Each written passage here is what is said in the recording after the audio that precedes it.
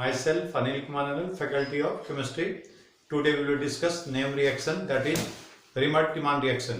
तो बच्चों आज हम लोग नेम रिएक्शन की सीरीज में बहुत ही इंपॉर्टेंट नेम रिएक्शन करने जा रहे हैं। रीमर-टीमान रिएक्शन यानी फिनॉल चैप्टर के अंदर ये आता है। फिनॉल चैप्टर में दो नेम रिएक्शन काफी इंपॉर्टेंट है। अगर केमिकल प्रॉपर्टीज की बात करें तो केमिकल प्रॉपर्टीज में एक तो रीमर-टीमान रिएक्शन, दूसरा क्या हमारा कॉलवेज-एस्किम रिएक्शन। तो केमिकल ये दोनों नेम रिएक्शन इंपॉर्टेंट है जो एग्जाम में पूछे जाते हैं। ऐसे ओवरऑल फिनॉल चैप्टर की बात करें तो फिनॉल चैप्टर से नीट या जेई में जो क्वेश्चन पूछे जाते हैं तो उसमें क्वेश्चन दो तीन जगह से आता है। एक तो फिनॉल की एसिडिक प्रॉपर्टी पूछता है जिसमें -R या -M ग्रुप लगा के आपको फिनॉल की एसिडिक प्रॉपर्टी पूछता है। एक तो उसको आपको देखना चाहिए। दूसरा फिनॉल चैप्टर में अगर कभी भी प्रिपरेशन से क्वेश्चन आता है तो क्यूमीन हाइड्रोपेरोक्साइड मेथड से आता है। केमिकल प्रॉपर्टीज की बात करें तो केमिकल प्रॉपर्टीज में फिनॉल का जो क्वेश्चन आता है तो नेम रिएक्शन में तो दो नेम रिएक्शन, रीमर-टीमान रिएक्शन और क्या हमारा कॉलवेज-एस्किम रिएक्शन, ये दो नेम रिएक्शन इंपॉर्टेंट है। और दूसरा इसी चैप्टर में आपको एस्प्रिन की प्रिपरेशन भी क्या हमारा इंपॉर्टेंट है, तो आपको ये भी देखना चाहिए। लेकिन इस चैप्टर में अभी फिलहाल जो हम डिस्कशन कर रहे हैं तो हम नेम रिएक्शन पे ही इसको हम कंसंट्रेट कर रहे हैं और नेम रिएक्शन में रीमर-टीमान रिएक्शन करने जा रहे हैं। तो अब देखते हैं कि रीमर-टीमान रिएक्शन होता है क्या। तो हम क्या बताएं कि रीमर-टीमान रिएक्शन क्या हमारा फिनॉल चैप्टर का रिएक्शन है, यानी फिनॉल के अंदर होगा। रीमर-टीमान रिएक्शन में जब हम फिनॉल को क्लोरोफॉर्म और केवल एक्वस के साथ, अल्कोहलिक नहीं होना चाहिए, याद रखना है। अगर क्लोरोफॉर्म और अल्कोहलिक केवल दे देगा तो फिर ये कार्बाइल-अमाइन रिएक्शन हो जाता है एमीन के साथ। इसलिए आपको ये भी ध्यान रखना है कि रीमर-टीमान रिएक्शन जब भी दे रहा है KOH या NOH क्या होना चाहिए, हमारा एक्वस होना चाहिए। तो हम फिनॉल की रिएक्शन जब क्लोरोफॉर्म और 3 मोल KOH एक्वस के साथ करेंगे तो इसमें ऑर्थोसैलिसल्डिहाइड जो है मेजर प्रोडक्ट बनता है और पैरासैलिसल्डिहाइड माइनर प्रोडक्ट बनता है। अब यहाँ पे जबकि मोस्ट ऑफ रिएक्शन हम ये देखते हैं कि मेजर प्रोडक्ट पैरा बनता है, लेकिन इस केस में क्या हमारा ऑर्थो बनता है। जो ऑर्थोसैलिसल्डिहाइड है ये क्या हमारा मेजर प्रोडक्ट बनता है। ऑर्थोसैलिसल्डिहाइड मेजर प्रोडक्ट क्यों बनता है, तो यहाँ पे इंट्रामोलिकुलर हाइड्रोजन बॉन्ड बन जाता है और इंट्रामोलिकुलर हाइड्रोजन बॉन्ड होने के चलते ये क्या होगा, मोर वोलाटाइल नेचर का होगा और स्टीम डिस्टिलेशन मेथड से इजीली क्या हमारा सेपरेट हो जाएगा।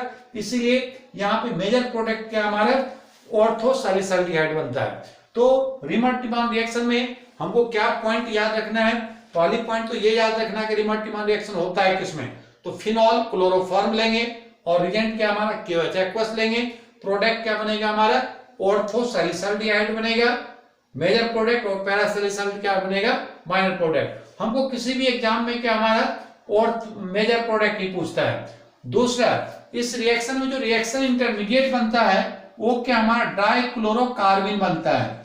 रिएक्शन इंटरमीडिएट क्या बनेगा हमारा डाइक्लोरोकार्बिन बनेगा।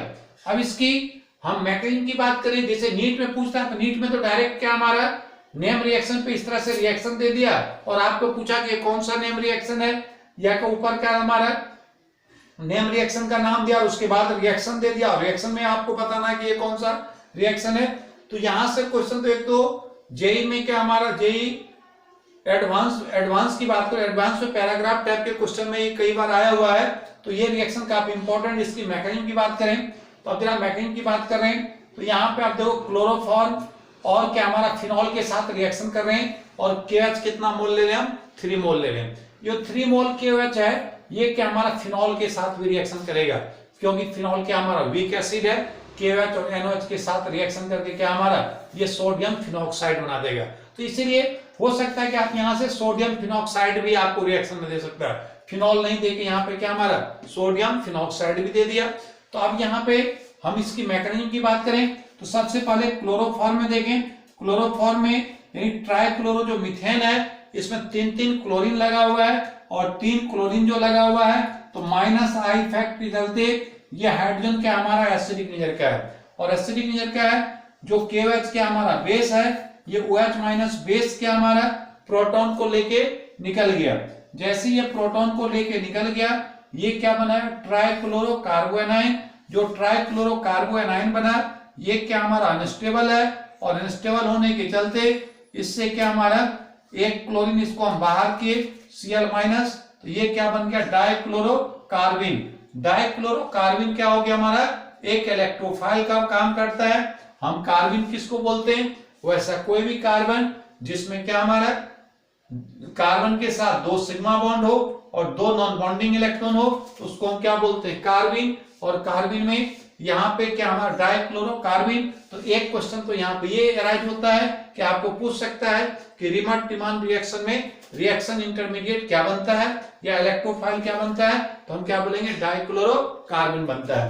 अब ये दूसरा, ये कितना मोल हम यूज किए थे, केवल 3 मोल यूज किए थे। अब 3 मोल केवल जब यूज किए थे, 1 मोल केवल क्या किया इसके साथ रिएक्ट किया तो क्या बना दिया पोटासियम फिनॉक्साइड बना दिया। अब फिनॉक्साइड आयन में ये रिजोनेंस के थ्रू ये क्या हमारा पार्शियल डबल बॉन्ड बनाया, K+ निकल गया।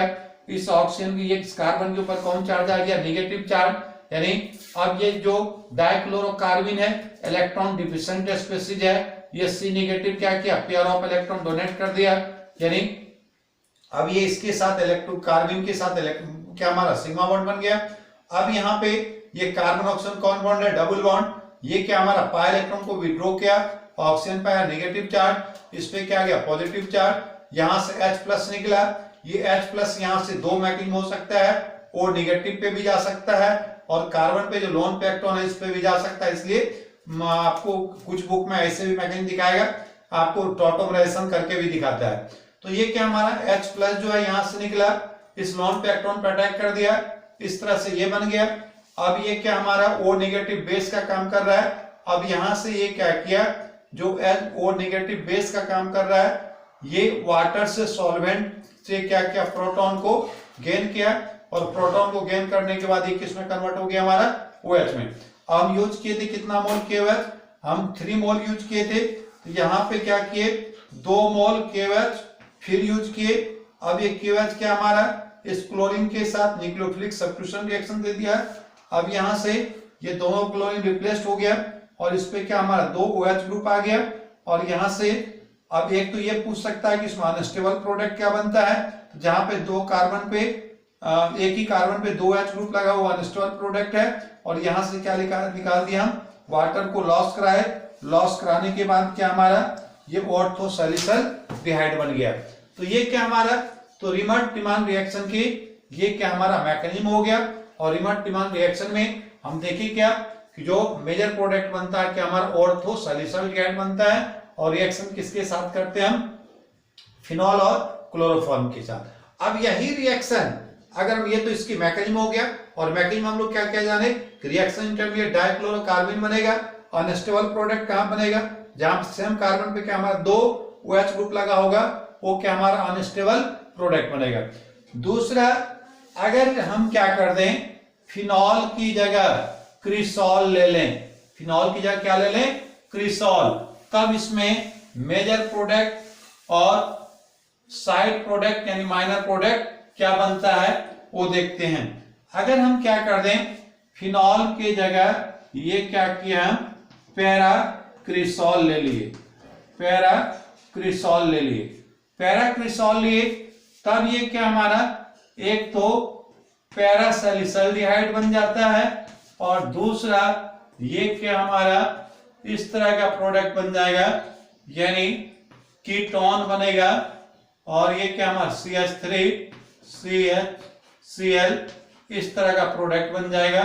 और ये अब यहाँ पे क्वेश्चन आता है यहाँ पे क्या 2 क्लोरीन तो लगा हुआ है लेकिन फिर भी क्या हमारा ये हाइड्रोलाइसिस नहीं होता था। हाइड्रोलाइसिस नहीं होने का रीजन यहाँ पे ये है कि यहाँ पे मिथाइल ग्रुप जो है मिथाइल ग्रुप में क्या हमारा क्लॉडिंग होने के चलते ये क्या हमारा वाटर यहाँ की इसलिए हाइड्रोलाइज नहीं हो पाएगा, यानी कि हाइड्रोफोबिक पार्ट है ये इसको क्या कर देगा रिपेल कर देगा। इसीलिए अगर क्या फिनॉल की जगह क्या ले लें हम पैराक्रिसॉल ले लें, तब साइड प्रोडक्ट में क्या हमारा कीटोन के साथ क्या हमारा क्लोरीन वाले प्रोडक्ट भी बनेगा। ठीक है, अब ये देखो अगर हम क्लोरोफॉर्म हटा दें, क्लोरोफॉर्म क्या कर दें हटा दें और उसके जगह हम क्या कर लिए CCl4 ले लिए। क्लोरोफॉर्म को हटा के उसके क्या किया हम CCl4 ले लिए। अगर CCl4 ले लिए और ये क्या हमारा 4 मोल KOH एक्वस ले लिए। फिर ऐसे केस में अब जो है ये क्या हमारा सैलिसाइलिक एसिड बन जाता है। ऐसे केस में क्या बन जाएगा हमारा सैलिसाइलिक एसिड की प्रिपरेशन हो जाएगा। ये क्या हमारा ऑर्थो सैलिसाइलिक एसिड बन गया, ऑर्थो सैलिसाइलिक एसिड बना। ये भी रिमट टिमान रिएक्शन ही है, लेकिन यहाँ पे क्या किए क्लोरोफॉर्म की जगह क्या किया हम CCl4 ले लिए। अब ये जो है ऊपर वाला में ये क्या बता, ये हाइड्रोलाइज नहीं होता क्योंकि इसमें हाइड्रोफोबिक पार्ट है, इसलिए पैराक्रिसॉल रहेगा, तब तो ये तो मेजर प्रोडक्ट बनेगा। लेकिन क्या हमारा माइनर प्रोडक्ट में क्या हमारा कीटोन वाले प्रोडक्ट भी बनेगा, ठीक है। और अगर CCl4 ले लें तो CCl4 लेने से तब क्या बन जाएगा ऑर्थो सैलिसाइलिक एसिड क्या हमारा मेजर प्रोडक्ट बन जाएगा। और इस केस में फिर क्या हमारा जो रिएक्शन है उसी तरीके से यहां पे क्या हमारा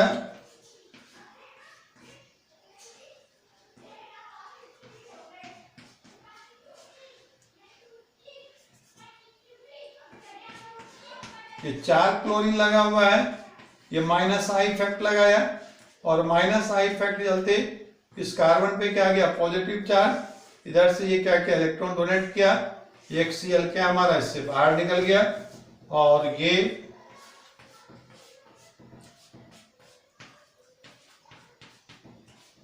अब इसकी क्या कर दिए हम हाइड्रोलाइसिस करा दिए 3 मोल KOH के साथ। अब ये सेम कार्बन पे फिर क्या आ गया हमारा 3 OH ग्रुप आ गया। तो ऐसा कंपाउंड क्या हो गया हमारा अनस्टेबल हो गया और इससे हम क्या लॉस करा दें H2O और H2O लॉस करा दिए और ये क्या बन गया हमारा सैलिसाइलिक एसिड बन गया। तो ये क्या हो गया हमारा रीमन टिमान रिएक्शन के बारे में। Thank you.